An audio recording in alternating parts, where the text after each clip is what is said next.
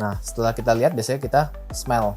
Kita hirup aromanya, bouquet dari wine tersebut. Nah, ini masih bisa kita rasakan fruitiness-nya ya, karakternya tadi. Nah, setelah kita lihat, kita smell, baru kita minum. Sip. Gue udah haus nih, ayo kita cheers dulu. Salute. Salute. 1,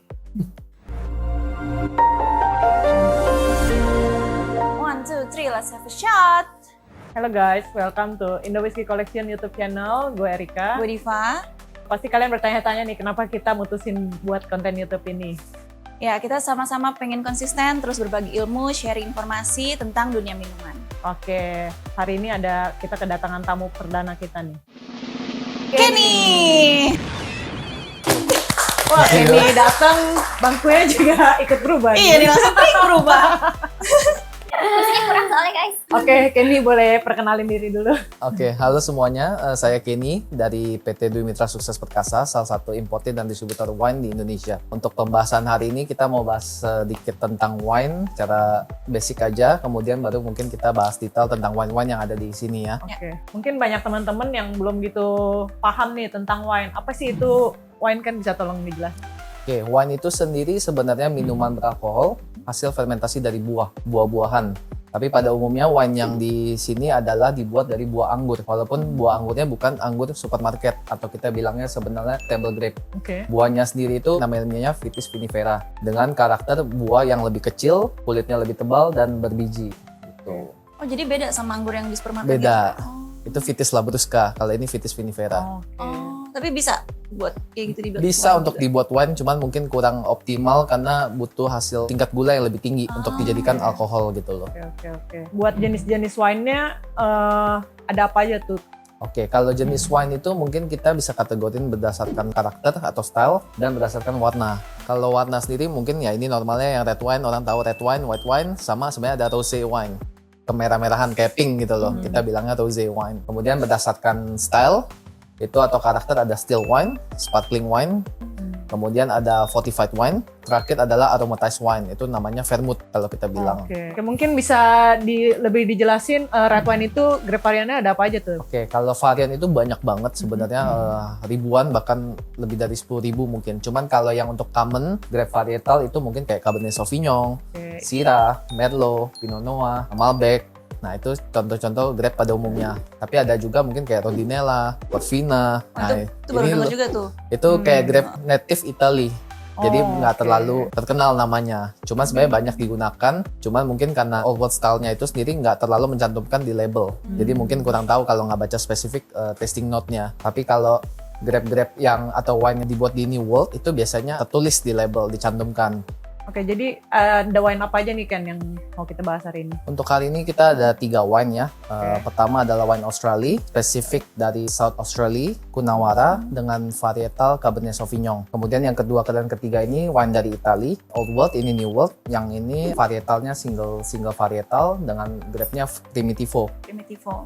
Yang ketiga adalah blended dari daerah Verona. Italian juga tapi Verona. Italian Verona, yang ini Puglia. Kuliah. Oke, jadi pasti kalian sering dengar nih wine Old World dan wine New World. Nah, pasti banyak yang masih belum paham nih Ken. Coba boleh tolong dijelasin apa sih itu Old World wine and New World wine? Oke, kalau Old World wine sendiri itu negara-negara, tapi khusus di benua Eropa, itu yang dipercaya memproduksi wine untuk pertama kali. Contohnya adalah Prancis, Italia, Spanyol, Portugal. Nah, ini negara-negara yang di benua Eropa dan mereka udah memproduksi wine sejak lama. Sementara kalau New World wine itu wine yang dihasilkan dari negara-negara di luar benua Eropa. Oke, jadi untuk perbedaan Old World wine dan New World wine itu rasanya benar perbedaannya gimana sih? Punya stylenya sendiri, Stylenya sendiri. cuman mungkin kalau orang awam agak sulit membedakan sebenarnya. Tapi kalau udah yang biasa minum wine, pasti bisa bedain stylenya sebenarnya. Dan itu Oke. sebenarnya stylenya itu nggak mutlak pasti New World seperti ini, Old World seperti ini, enggak. Jadi ada beberapa mungkin New World, tapi memilih stylenya lebih kayak Old World. Terutama mungkin dari pemilihan label, segala macam, dan style. Kalau single blendednya itu bedanya gimana? Kalau single blended artinya dalam satu botol ini terbuat dari satu jenis varietal anggur. Kalau blended itu bisa lebih dari satu, mau sampai 2, 3, 4 atau lebih itu bisa. Nah, untuk perbedaan dasar taste-nya ya, single varietal dan blended itu pasti ada beda karena masing-masing anggur itu mempunyai karakter sendiri. Oh, Jadi oke. dari penanamannya, terus temperaturnya itu ngaruh ya? Jadi selain dari grape varietal, faktor-faktor lain yang mempengaruhi kualitas atau rasa wine itu sendiri ada salah satunya yang Ibu sebut itu adalah terroir, iklim, cuaca, ketinggian tanah, kemiringan tanah, kemudian curah hujan itu sangat mempengaruhi hasil produksi anggur yang dibuat pada tahun itu. Oh, Gitu. Ketiga ada si viticulturist, yaitu orang yang ahli dalam tanaman anggurnya.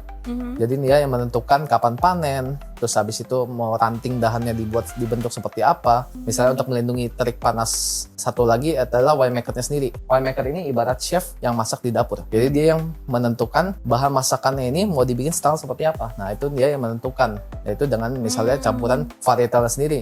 Gitu. Sama ya kayak whisky kan ada whisky makernya siapa, Betul. wine juga ada ya? Ada. Nah, untuk pembuatan wine-nya sendiri nih, kan kalau whisky kan di aging di oak barrel kan. Kalau untuk wine sendiri itu gimana proses pembuatannya? Wine-nya itu sendiri sebenarnya setelah grape-nya panen, hasil panen, nah ini which is 1 tahun sekali lah panennya. Nah itu dipanen sebelum winter biasanya. Sampai mungkin ada yang namanya late harvest. Jadi panennya itu lebih telat supaya buahnya lebih mateng dan kadar gulanya lebih tinggi.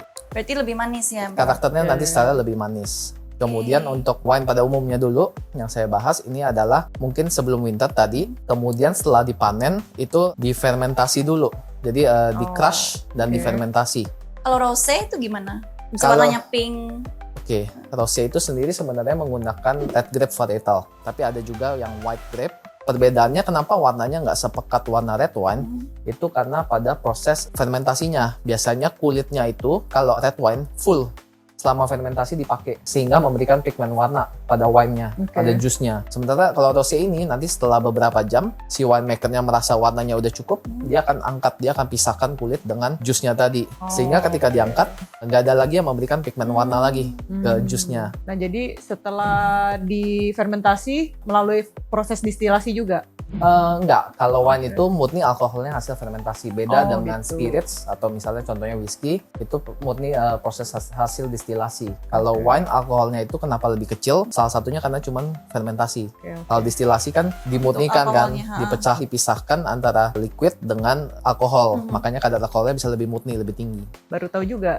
Oh, berarti nggak ada distilasi sama sekali. Nggak ada distilasi. Langsung Ada. bottling. Sebelum bottling itu nanti habis crush, habis itu jadi liquid, difermentasi, kemudian ada proses lagi biasanya dipisahkan dari sedimen, kemudian di aging. Aging. Nah, agingnya mungkin tadi kalau whisky kan oak barrel. Oak barrel. Kalau wine itu ada pilihan antara stainless ataupun oak barrel. Oh, stainless. Oke. Tuh, ada sebenarnya juga kayak concrete semacam kayak semen ya. Tuh. Semen. Eh, Tahu juga semen. Kayak tempatnya gede sih, kita sebutnya kayak konkret gitu. Nah, itu ditaruh di situ untuk proses agingnya. Oke, kan kalau whisky kan proses aging di oak barrelnya itu kan bisa sampai bertahun-tahun kan. Kalau untuk wine sendiri gimana tuh? Wine sendiri juga bisa bertahun-tahun, bahkan ada yang sampai 5 tahun pun ada gitu. Tapi normalnya kalau wine entry level sebenarnya mungkin beberapa bulan, either itu di stainless, misalnya 3 bulan stainless atau mungkin 6 bulan, 4 bulan. Tapi kalau wine yang sudah lumayan lebih bagus kualitasnya, medium itu sudah mungkin setahun setengah, ataupun wine premium udah lebih lama, 2 tahun, 3 tahun. Paling lama gitu boleh berapa tahun? Sebenarnya paling lama yang ini kayak Barolo Riserva udah salah satu termasuk yang paling lama. Itu bisa kayak 3 sampai 5 tahun itu ada. Oh, max-nya itu Iya. udah paling lama sih. Saya sih belum menemukan ada yang lebih dari 10 dari tahun itu enggak. ya? Sorry, kalau whisky kan sampai Kalau 30 whisky kan tahun. 12 tahun aja tuh Iya. udah Iya. paling 40 minim ya. tahun. 12, 14, 16, 17, Ini nggak 21. mungkin Ini sampai segitu. kayaknya nggak selama itu. Oke. Nah, kalau Bold Blast yang ini nih, ini wine variannya apa nih? Ini Cabernet Sauvignon. Oh, Nah, Cabernet ini- Sauvignon udah pasti full body ya? Cabernet Sauvignon itu lebih cenderung full body. Full Bahkan body. sebenarnya full body sih. Oke. Cuman nggak boleh terlalu berpatokan pasti Cabernet Sauvignon full body, enggak. Oke. Kadang pasti ada, mungkin kalau sering minum wine, menemukan kok beda ya dengan karakter yang based on teorinya gitu loh. Misalnya saya pernah ketemu Syrah. Syrah itu kan style-nya apalagi Australia biasanya peppery, agak spicy. Tapi kalau yang saya temukan itu malah cenderung fruity Oh, gitu. A little oke. bit of dry, agak sweet. Oke. Kalau tentang pricing gitu kan ada yang kadang wine yang entry level yang agak murah, terus ada yang bisa mahal juga. Itu ngaruhnya di apa, di umur atau? Oke, untuk kenapa harga bisa berbeda banget wine? Beberapa faktor. Jadi mungkin salah satu faktornya adalah dari winery-nya. Jadi misalnya winery-nya itu punya di location yang prime. Misalnya Tuscan. Nah itu mungkin areanya kan nggak terlalu besar. Tapi mereka area yang premium untuk bikin wine gitu loh. Dengan kondisi yang dingin, tapi matahari tetap dapat, cuacanya dapat. Akhirnya dan misalnya itu lebih ke single vineyard, artinya kebunnya itu sampai khusus. Jadi spesifik. Intinya makin spesifik areanya, berarti itu areanya semakin lebih prime. Selain itu, Selain dari prime locationnya tadi yang single vineyard itu, faktor keduanya adalah faktor memproduksi wine-nya sendiri. Nah itu contoh misalnya untuk di agingnya semakin lama, itu kan membutuhkan waktu yang lama. Dan kemudian wine-nya ini pun expense-nya atau cost pembuatannya akan lebih mahal kan. Jadi selama 5 tahun nih wine ini nggak bisa dijual, hanya ditaruh di gudang. Pasti dia nggak bisa jual dengan harga entry level gitu. Karena ada biaya-biaya kan selama 5 tahun atau beberapa tahun ini wine-nya tidak bisa dijual. kadang kalau wine rusak tuh gimana sih kan? Orang suka bilang ini wine gue rusak nih, gimana ya? Ada beberapa faktor lah. Jadi mungkin salah satunya adalah kepanasan atau oxidize ataupun misalnya TCL. Jadi ini sebuah jenis mikroorganisme, tapi dia dari corknya biasanya. Jadi dari corknya akhirnya kita bilangnya tainted kan corknya. Jadi ketika dimasukin udah di bottling, ininya ada mikroorganisme tadi, dia merusak wine-nya yang di bawah. Karena penempatan. Bukan penempatan, jadi corknya aja rusak gitu loh. Akibatnya wine-nya kan pasti kena kecampur. Nah dari yang mikroorganisme yang cuma di cork, akhirnya menjalar sampai ke wine-nya. Jadi wine-nya ikutan rusak. Jadi gitu belum loh. tentu storage-nya salah.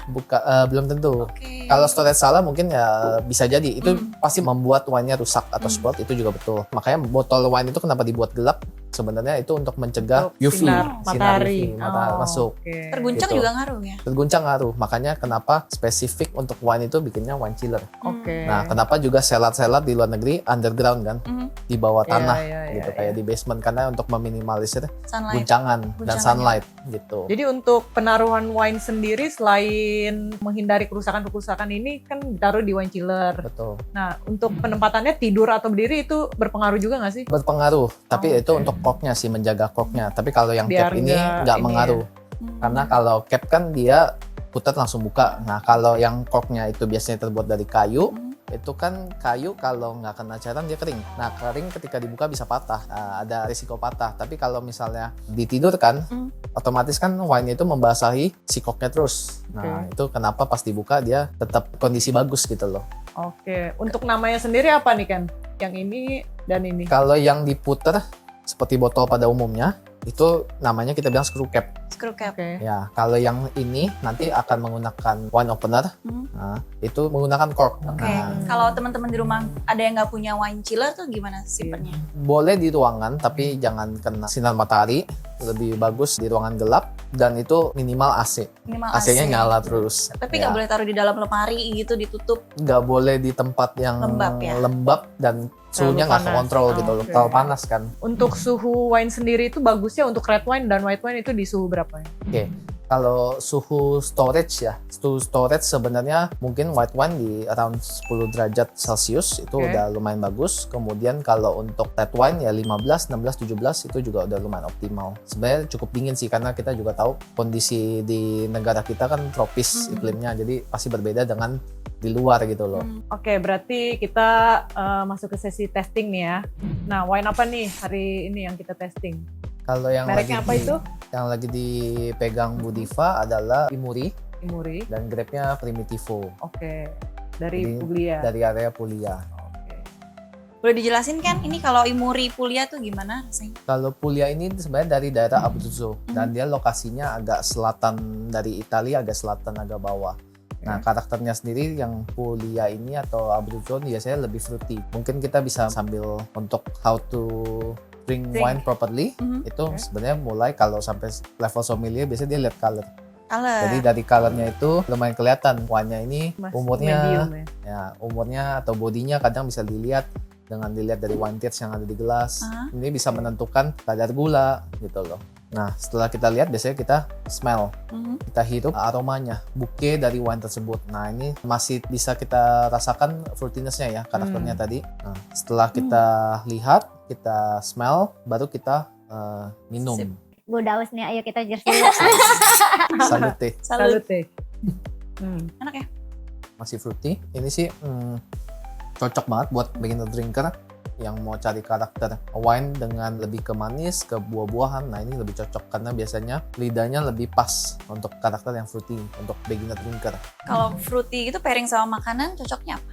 Kalau ini pakai pasta atau pizza mungkin dengan yang ada tomato base itu udah cocok. Oh, oke. Kalau cheese, beberapa cheese lumayan oke. Parmesan, beberapa hard cheese itu oke banget sih buat pakai red wine. Untuk Imuri sendiri kan ini termasuk wine yang cukup muda ya, Ken. Perlu nggak sih diminumnya di decanter? Kalau ini sih sebenarnya masih belum perlu di decant karena Oke. sebenarnya wine-nya sudah lumayan ready to drink langsung. Oke. Mungkin untuk wine-wine yang perlu di decant itu wine dengan vintage yang lebih lama lagi. Hmm. Probably mungkin udah 10 tahun lalu harvest-nya. Supaya wine-nya lebih ngebreed, bisa lebih open up karena mereka udah ibaratnya tertidur cukup lama di dalam botol. Oke. Jadi supaya keluar flavor dan aromanya itu perlu di-breed dulu di decant. Kadang wine kalau dituang tuh ada kayak sedimen-sedimennya tuh apa ya Ken? Itu Nah, boleh diminum nggak? bisa safe to consume, Safe to cuman beberapa orang mungkin nggak suka aja kan karena ada sedimen. Tapi itu biasanya dari buahnya sendiri. Itu benar-benar karena buahnya kan di crush. Jadi itu oke. probably mungkin bagian dari kulitnya, dari bagian buahnya, tangkainya. Tapi itu safe to consume. Berarti kalau didikan sedimennya di bawah situ ya? Betul, itu untuk wine-wine yang udah banyak sedimen bagus juga untuk didikan. Jadi nggak ikut tertuang dalam misahin gelas. ya. Betul, Oke. tersaring. Untuk decannya sendiri kan itu berbagai macam bentuk kan. Betul. Nah itu berpengaruh juga nggak sih untuk rasanya kan? Sebenarnya berpengaruh untuk berpengaruh decan, ya. tapi fungsinya decan adalah untuk decan wine-nya untuk di-breathe, untuk Oke. diberikan udara, oksigen ke dalam bercampur dengan wine-nya. Jadi ada rekomendasi nggak nih kan buat teman-teman kita yang pemula baru mau mulai coba-coba minum wine, kira-kira wine apa Yang dan cocok buat beginner. yes. Oke, untuk beginner sih sebenarnya saya lebih rekomend untuk wine-wine yang lebih cenderung fruity, fruitiness, fruit forward-nya lebih ada. Kemudian mungkin yang tend to sweet, jangan terlalu nyari yang terlalu dry, terlalu tannic, terlalu acid. Biasanya orang takutnya nggak suka gitu loh, jadi dia takutnya trauma dengan wine. Berarti boleh start dari Imuri Puglia ini ya? Imuri ini salah satu contoh yang cocok banget, perfect untuk pemula. Hmm. Tapi kalau udah sering minum, manis kan lama-lama bosen ya Iya. mungkin. Jadi mereka bisa cari wine-wine yang lebih full body, very tannic, kemudian juga lebih off dry dengan ada acidity untuk ngebalance semuanya. Kompleks tapi tetap menonjol nih faktor-faktornya tadi rasanya. Kalau yang biasa sukanya whisky gitu, cocoknya Coba-coba minum wine. Kalau untuk whiskey drinker mungkin kita rekomen yang tannic ya, karena tannic ini kan didapat salah satunya dari barel kayu. Nah ini kan ada similarities between whiskey dengan wine ya. Jadi otomatis kalau menurut saya full body dengan high tannin itu cocok untuk whiskey drinker biasanya. Oke guys, cukup sekian pembahasan wine kita hari ini. Semoga dapat manfaat bagi para pecinta wine. Dan jangan lupa yang mau tanya-tanya bisa follow Instagram kita di Indo Whiskey Collection atau datang ke toko kita di PIK Jakarta Utara. Dan thank you so much Kenny for Thank coming. you. Thank you. See you guys on the next video. Jangan lupa comment, like, and subscribe. Cheers. Cheers. Yes.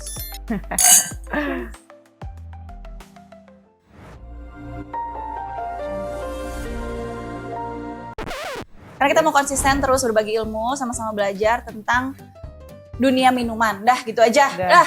Dah, Ya. pulang. Yuk. Albert itu sendiri adalah sebenarnya negara-negara pionir atau negara-negara yang dipercaya pembuat atau pemproduksi apa. Jadi dia ahli kebun anggurnya, dia yang decide untuk style seperti apa sih nih, misalnya apa namanya Apa nama sebutannya ya? makin spesifik areanya, berarti itu areanya semakin lebih prime, pasti klasifikasinya lebih tinggi gitu loh untuk wine. Lagi. Tadi apa lagi ya pertanyaannya? Panjang ya? Untuk Imuri sendiri kan ini kan masih termasuk muda ya, Ken? Oke. Vintage-nya sendiri dari Gue belum nanya, belum selesai nanya. Udah jawab.